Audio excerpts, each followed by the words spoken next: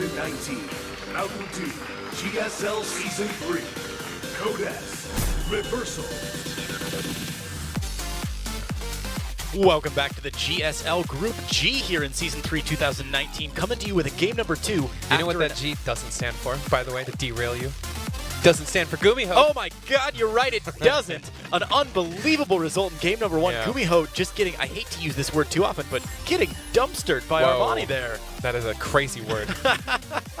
Yeah, he did. That was insane, though. I'm amazed that Armani was able to pull that off, and I'm not even sure about this group anymore. Man, so next up, Fantasy against Deer. Yes, Fantasy against Deer. That is up next. Indeed. How are we feeling about Fantasy Deer, our 2 and 3 seeds? I'm actually really not sure what to expect. I think on paper, Deer is the stronger player. I mean, Deer Yes. has very high results, and Fantasy, you know, not as many.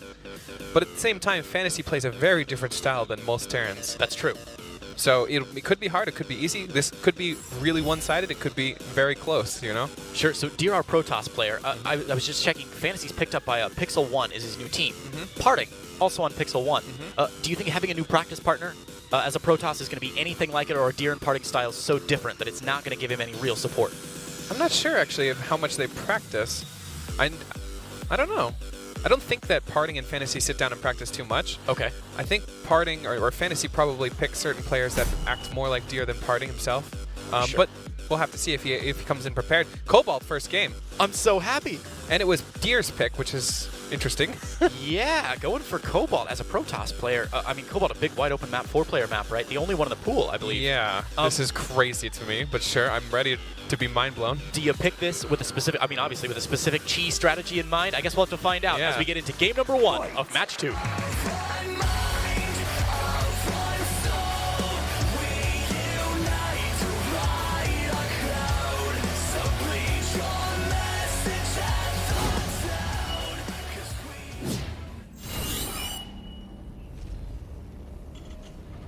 In the bottom right-hand corner, in the blue.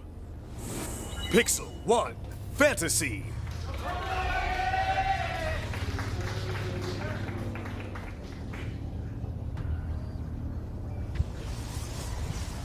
And in the top right, on his map pick, Newbie Deer. I'm ready. My body is ready. Dude, the cheers in the studio for Fantasy so much louder. Fantasy is a legend. Yeah. I talked to him a lot because I was very curious why he didn't go back to Brood War. It makes sense monetarily speaking. Right. And he just said he enjoyed this game more, and he's not about the streaming life. That's what he said. Not about the streaming life. But it's so tough, I think, as a pro player to maintain that balance, right? Yeah. Between streaming and entertaining people Well, and I then think actually Brood properly War preparing. is like way more entertainment now, right? Yeah, it's all the spawn matches and Yeah. everything that they're doing.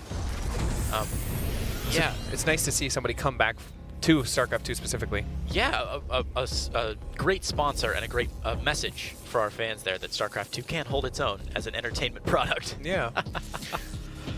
Pretty early expand there from Deer, dropping that natural down already. Yeah, I mean, why not? This map is massive. That's true. So they've spawned on the same side. Is that Yeah. Fantasy doesn't know about this yet, but he has to know it's close spawns either way. Can't be cross, right? Right. Yeah, okay, so he's going for the bottom left. okay? Going the wrong way. Cross would not make any sense if you scouted cross directly or something, maybe. I feel like this in general would favor the Terran player. But across, I mean, it's hard to say because warp prisms are just so good. Like, That's true. If your cross positions and warp prism get in your base or something, you're never going to be able to leave your side of the map. But this kind of feels like there's more of a window or like an attack path for the Terran player. Straight up. Yes. So I do think that this general would not be a bad thing for the Terran. There's basically a 2 and 3 spots. Like there's 2 spots that are pretty good and 1 spot that's not very good. But I don't actually know how intricate the map spawn locations matter in this matchup. Because this is not my main matchup. God, did you see that Stargate in the top of his base there? Yeah. We don't The see question is, does Fantasy see that? Yeah, I'm sure he will. I mean, there's nothing here against it. He is chronoing out He has to one look of for the those adepts, second pylon. He has to look for it. Oh my God, he didn't go for it. Where's he going? Moving that Reaper out to the ramp of the natural.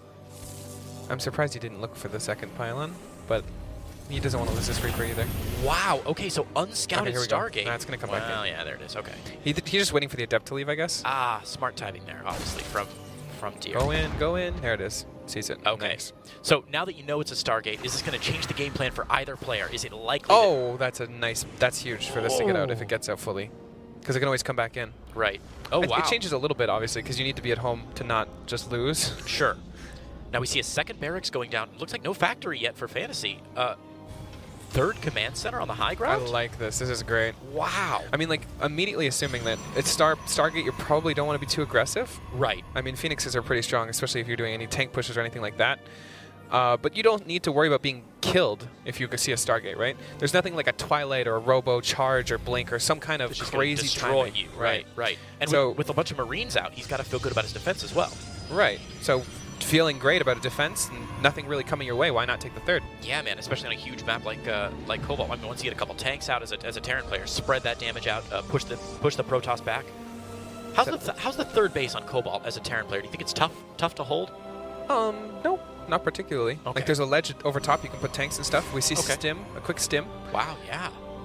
I And like plus that. This is one. a good start for Fantasy. I don't see any way to abuse him yet, but I'm sure we'll find something later. Yeah, third Phoenix out, fourth Phoenix on the way. How many Phoenix need to be out? Probably like 5 or 6. Okay. And he'll probably stop because he hasn't added a second Right. Stargate or anything crazy. And Robo right behind it. So yeah, just looks like a little bit of harassment going to happen here. But with this many Marines Nothing's back home gonna happen and a here. turret already, gee, Christmas. Nothing's going to happen here, Creighton. Fantasy being so cautious. Nothing.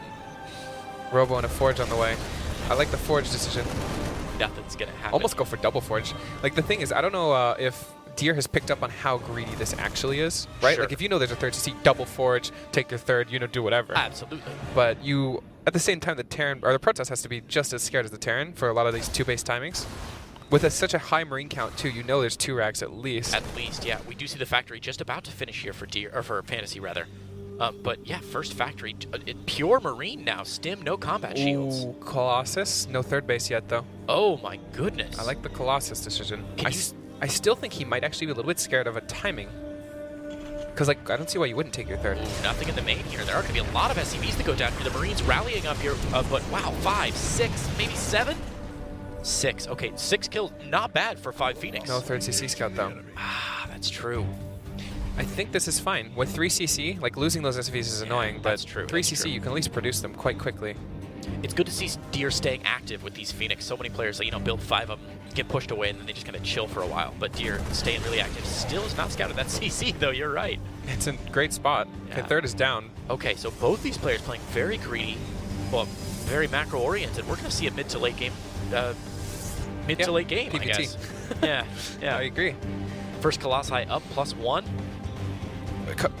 It's kind of interesting to see armor first, but yeah, it's kind of interesting.